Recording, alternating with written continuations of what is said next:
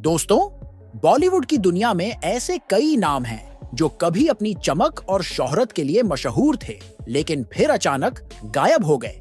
आज हम आपको एक ऐसी ही शख्सियत की कहानी सुनाने जा रहे हैं जिन्होंने 90 के दशक में फिल्म इंडस्ट्री पर राज किया, लेकिन फिर बॉलीवुड की चकाचौंध भरी दुनिया को छोड़कर आध्यात्मिकता का मार्ग अपना लिया। हम बात कर रहे हैं ममता कुलकर्णी की, जिन्होंने ग्लैमर से भरी जिंदगी को त्याग कर साध्वी बनने का फैसला किया। इस वीडियो में हम आपको उनकी जिंदगी के अनकहे पहलुओं से रूबरू कराएंगे। उनके फिल्मी सफर से लेकर महामंडलेश्वर बनने तक की रोमांचक यात्रा को विस्तार से जानेंगे। तो बने रहिए हमारे साथ वीडियो में अंत तक। ममता कुलकर्णी का नाम सुनते ही बॉलीवुड की एक ऐसी अभिनेत्री की छवि सामने आती है जो कभी अपनी खूबसूरती और अभिनय के लिए मशहूर थी। 90 के दशक में ममता कुलकर्णी ने फिल्म इंडस्ट्री में अपनी अलग पहचान बनाई थी, लेकिन उनकी जिंदगी ने ऐसा मोददाश लिया जिसने सबको हैरान कर दिया। एक समय में ग्लैमर और चकाचौंध भरी दुनिया का हिस्सा रही ममता ने अचानक साध्वी जीवन अपना लिया।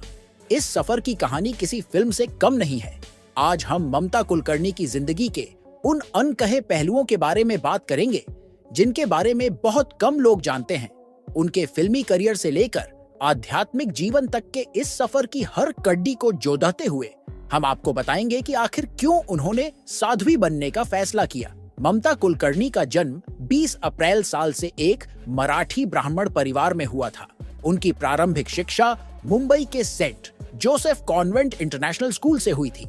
बचपन से ही ममता का झुकाव आध्यात्मिकता की ओर था। हालांकि उनकी मां चाहती थी कि ममता फिल्मों में अपना करियर बनाए। अपनी मां के सपने को पूरा करने के लिए ममता ने फिल्मी दुनिया में कदम रखा। साल 1992 में उनकी पहली फिल्म तिरंगा रिलीज हुई, जिसने बॉक्स ऑफिस पर धमाल मचा दिया। इस फिल्म की सफलता के बाद ममता ने पीछे मुड़कर नहीं देखा।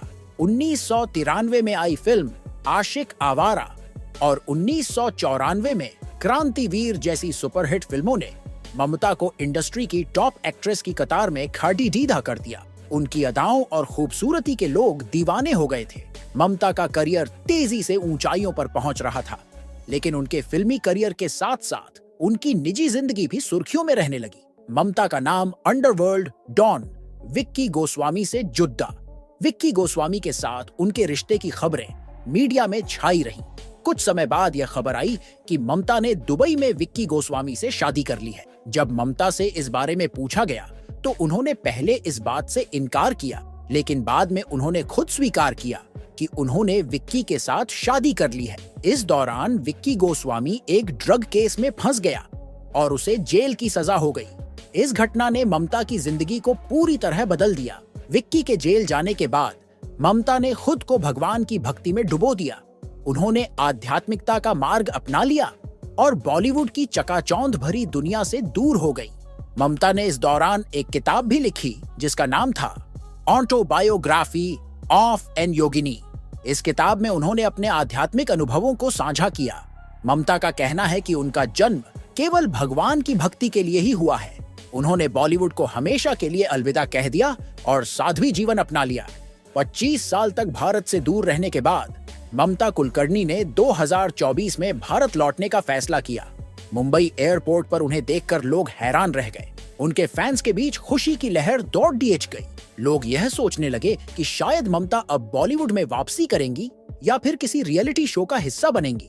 लेकिन ममता ने सभी अटकलों को खारिज करते हुए कहा कि वह महाकुंभ 2025 का हिस्सा बनने के लिए भारत लौटी है। महाकुंभ में ममता कुलकर्णी का आगमन एक बड़ी घटना बन गई।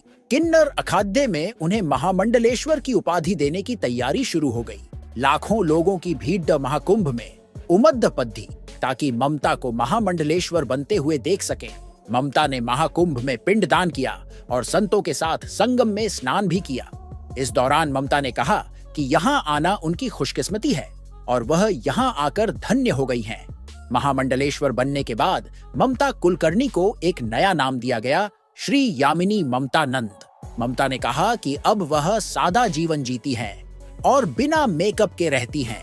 उन्होंने अपने आध्यात्मिक जीवन के अनुभवों को साझा करते हुए बताया कि उनका जन्म केवल भगवान की सेवा के लिए हुआ है। अब वह दोबारा कभी फिल्मी दुनिया में नजर नहीं आएंगी। ममता कुलकर्णी की यह कहानी हमें यह सीख देती है कि जिंदगी में किसी भी मोड़ पर इंसान का मार्ग बदल सकता है। एक समय में जो अभिनेत्री बॉलीवुड की चकाचौंध भरी दुनिया का हिस्सा थी, वह आज साध्वी बनकर भगवान की भक्ति में लीन है। ममता का यह सफर प्रेरणा देता है कि भले ही जीवन में कितनी भी मुश्किलें आएं, अगर मन में सच्ची भक्ति हो तो हर बाधा को पार किया जा सकता है। ममता कुलकर्णी के आध्यात्मिक जीवन का यह निर्णय कई लोगों के लिए एक प्रेरणा का स्रोत बन गया। उन्होंने दिखाया कि जीवन में भौतिक सुख सुविधाएं ही सब कुछ नहीं होती। अगर मन की शांति चाहिए तो आध्यात्मिकता का मार्ग अपनाना आवश्यक हो जाता है। ममता कुलकर्णी के इस निर्णय ने यह भी साबित किया कि भले ही आप कितने भी बड़े मुकाम पर क्यों न हो, अगर मन अस्थिर है तो वह सफलता भी अधूरी लगती है। महाकुंभ के दौरान ममता कुलकर्णी ने कई धार्मिक अनुष्ठानों में हिस्सा लिया। उन्होंने कहा कि यह उनका सौभाग्य है कि उन्हें महामंडलेश्वर की उपाधि मिली। इस उपाधि को पाना किसी महिला के लिए बहुत बड़ी बात है, क्योंकि इसमें साधुओं और संतों के बीच एक खास स्थान दिया जाता है। उन्होंने यह भी कहा कि वह अब अपनी पूरी जिंदगी समाज सेवा और आध्यात्मिकता के लिए समर्पित करेंगी। ममता ने अपनी आत्मकथा में यह भी लिखा है कि उनके जीवन में विक्की गोस्वामी के साथ जो घटनाएं हुई, उन्होंने उन्हें आध्यात्मिकता की ओर मोड़ दिया। जब विक्की जेल में था तो ममता ने अपने जीवन को एक नया आयाम देने का निर्णय लिया। उन्होंने भगवान की शरण में जाकर अपने जीवन की परेशानियों से छुटकारा पाया। उनका यह सफर हमें यह भी सिखाता है कि जीवन में कितनी भी कठिनाइयां क्यों ना आए, अगर इंसान के भीतर दृढ़ निश्चय हो तो वह हर मुश्किल को पार कर सकता है। महाकुंभ के बाद ममता कुलकर्णी ने कई धार्मिक यात्राएं भी की। उन्होंने वाराणसी, हरिद्वार, ऋषिकेश और बद्रीनाथ जैसे पवित्र स्थानों की यात्रा की। इन यात्राओं के दौरान उन्होंने कई साधुओं और संतों से मुलाकात की और उनसे आध्यात्मिक ज्ञान प्राप्त किया। ममता कुलकर्णी का यह सफर हमें यह भी सिखाता है कि जीवन में अगर सच्चा मार्गदर्शन मिले तो इंसान अपनी राह खुद बना सकता है। ममता कुलकर्णी का यह सफर केवल एक साध्वी बनने की कहानी नहीं है, बल्कि यह एक ऐसी यात्रा है जो हमें यह सिखाती है कि जीवन में सच्ची खुशी केवल भक्ति और सेवा में ही है। उनकी यह कहानी हमें यह भी याद दिलाती है कि भले ही जीवन में कितने भी उतार चढ़ाव क्यों ना आए, अगर मन में भक्ति का दीपक जलता रहे तो हर अंधकार को दूर किया जा सकता है। तो दोस्तों, यह थी ममता कुलकर्णी की जिंदगी की वो कहानी जो किसी फिल्म से कम नहीं है। बॉलीवुड की चकाचौंध भरी दुनिया से लेकर आध्यात्मिकता के मार्ग तक का उनका सफर हमें यह सिखाता है कि जीवन में असली सुख भक्ति और सेवा में ही है। अगर आपको यह वीडियो पसंद आया हो तो इसे लाइक करें, अपने दोस्तों के साथ शेयर करें और हमारे चैनल को सब्सक्राइब करना न भूलें।